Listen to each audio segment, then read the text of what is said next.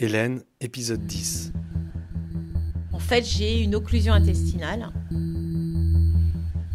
mais monstrueuse, quoi. Donc je me dis, je vais mourir. Bah, tu vois, je suis encore là, je vais mourir. 3, 2, 1.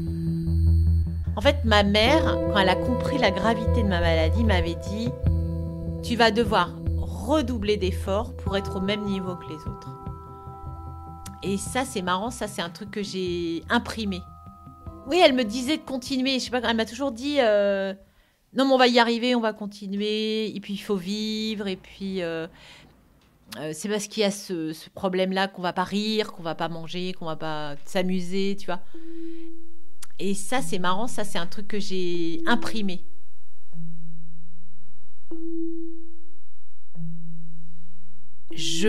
Ça va être une période, donc on venait fin mars jusqu'à fin juin, qui a été la pire, je pense. Je ressors de là, je fais 30 kilos, j'ai une occlusion grave, j'ai le ventre qui a quadruplé de volume, je peux plus m'alimenter, je perds les muscles, je peux plus marcher.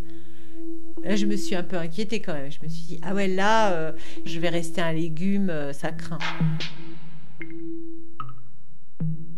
J'ai attendu 4 mois.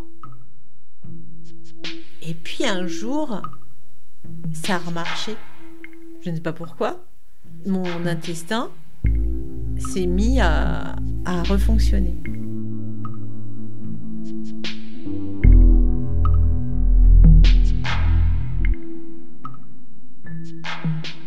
J'ai vraiment l'impression que dans ton corps, il y a deux forces qui s'affrontent en fait. Une force qui te détruit, qui te fait du mal à tous tes organes vitaux, et une autre force qui apparemment a le dessus, qui veut combattre tout ça. Moi, je sens une énergie, c'est pas une force, mais moi, je sens de la vie. Je me dis quand même que j'ai une très bonne nature avec tout ce que j'ai vécu. Donc je me dis, ouais, si j'avais pas été malade, waouh, j'aurais eu une super énergie. La tarte aux framboises. Ça c'est bon. Non mais les framboises, c'est un de mes fruits préférés quand même. J'adore ça. En mai, le 13 mai, parce que ça c'est facile de se souvenir de ça, parce que c'est le jour de mon anniversaire. Je fais une immense infection. 42 de fièvre, je ne retrouvais plus mes amis, je les cherchais partout dans mes rêves, je délire complètement, je vois des Japonais qui m'attaquent, je me souviens très bien que je voyais des Japonais qui m'attaquaient. Alors le rein, c'était, protégé de tout ce qu'il a eu pendant cette année-là, et il s'est formé une espèce de coque, donc les médecins ne pouvaient plus y avoir accès en fait. Et le rein s'était infecté. Et j'avais une septicémie. C'était ultra grave. Et je perdais complètement la raison. Enfin là, j'ai complètement... je ne sais pas si c'était les médicaments ou l'infection, mais j'avais plus du tout ma tête. Et là, le 13 mai, j'entends le médecin me dire on va vous enlever le rein. On l'enlève. Je me souviens très bien de me dire enfin. Vraiment un immense soulagement.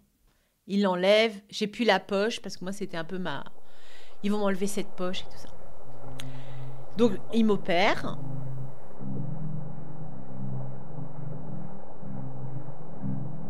Moi, j'ai pas vraiment retrouvé la raison pendant 15 jours.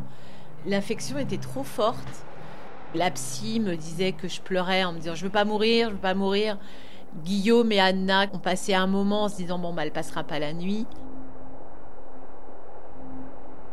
Moi, je perdais complètement la raison. Je regardais les gens, mais je ne les reconnaissais pas. Je perdais l'usage de la parole. J'arrivais plus à parler. Mais j'ai fait un rêve très, très précis. Mes amies Letty et son mari et Romane, qui est ma filleule, et sa sœur, devaient prendre un avion. Et je me disais, il va tomber.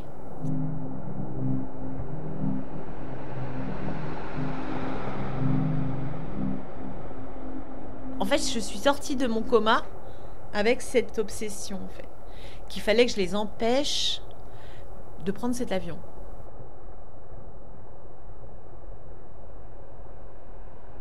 Parce qu'après cette torpeur, je me suis réveillée sans muscles.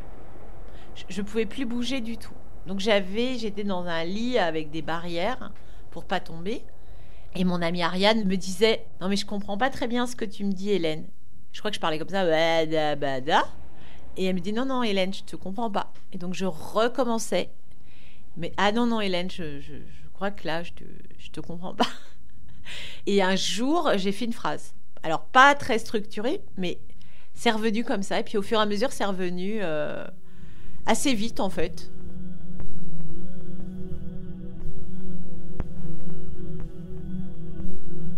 Donc, je suis à Bicêtre. Je me dis, ça y est, je suis un légume.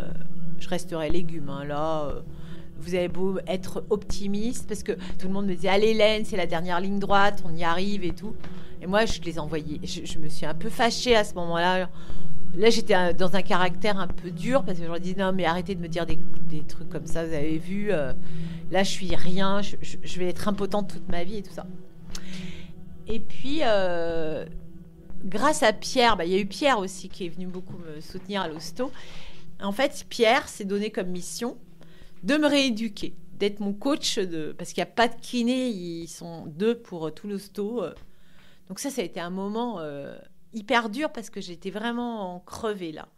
Et donc tout le mois de juin a été une rééducation. Donc au début, c'était dans mon lit, je faisais avec mes doigts de pied, tu vois. J'essayais de bouger les doigts de pied.